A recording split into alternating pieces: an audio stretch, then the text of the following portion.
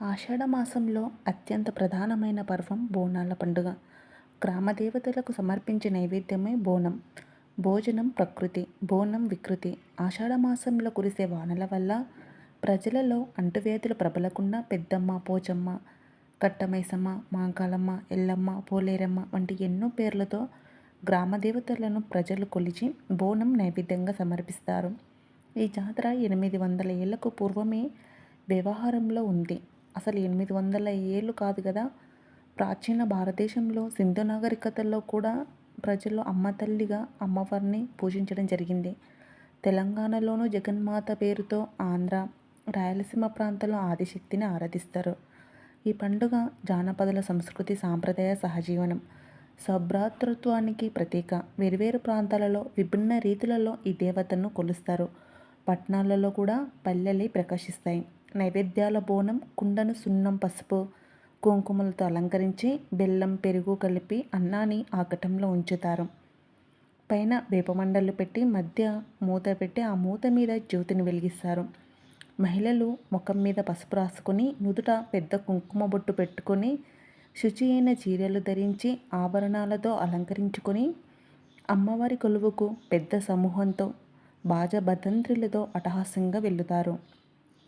అమ్మవారి సోదరుడు పోతురాజు పలహారపు బండ్లకు, బోనాలకు పక్కన ఉండి కాపలా కాస్తూ పసుపు తాడును కొరడగా జలిపిస్తూ తప్పెట్ల వాద్యాలకు అనుగుణంగా లయబద్ధంగా గజ్జెల సవ్వడి చేస్తూ ప్రేక్షక జనాన్ని భక్తి పరవశ్యంలో మునిగేలా చేస్తాడు.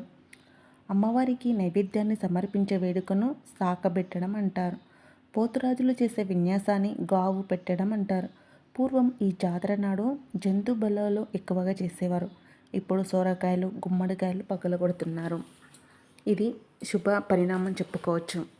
ఎందుకంటే జంతు హింస అన్నిటికన్నా ఘోరమైనది కాబట్టి జంతు బలిని ఇవ్వకుండా ఆ తల్లికి గుమ్మడికాయలను పగలగొట్టడం ఒక సనాతన ధర్మంలో కొత్త వెలుగుకు కారణంగా చెప్పుకోవచ్చు.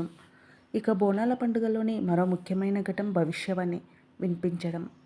పసుపు, కుంకుమ, పట్టుచీర ధరించిన ఒక మహిళ భక్తజన సమూహం మధ్య నిలుచుని అమ్మవారి వైపు తదేకంగా చూస్తూ అమ్మ అంశను తనలో నిలుపుకొని అహైక వాతావరణాన్ని మరిచి పచ్చికుండ పైన పాదం మోపి ఊగిపోతూ భవిష్యత్తును వివరిస్తుంది.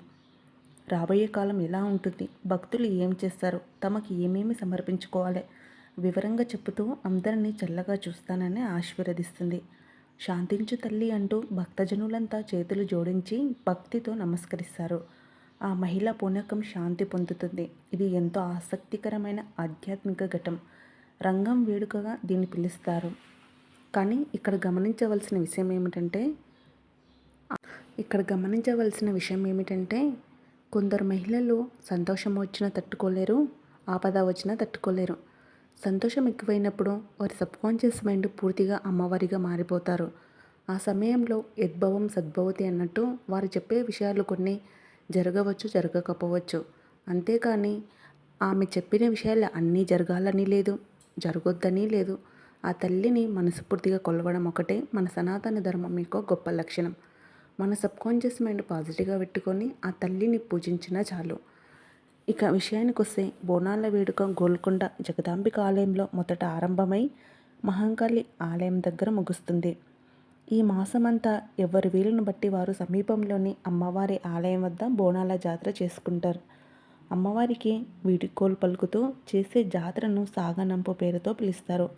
అమ్మ తల్లికి సమర్పించిన నైవేద్యాలను అందరూ ప్రసాదంగా స్వీకరించడమే కాక కొన్ని ప్రాంతాలలో తమ పొలాలలో జల్లుతారు.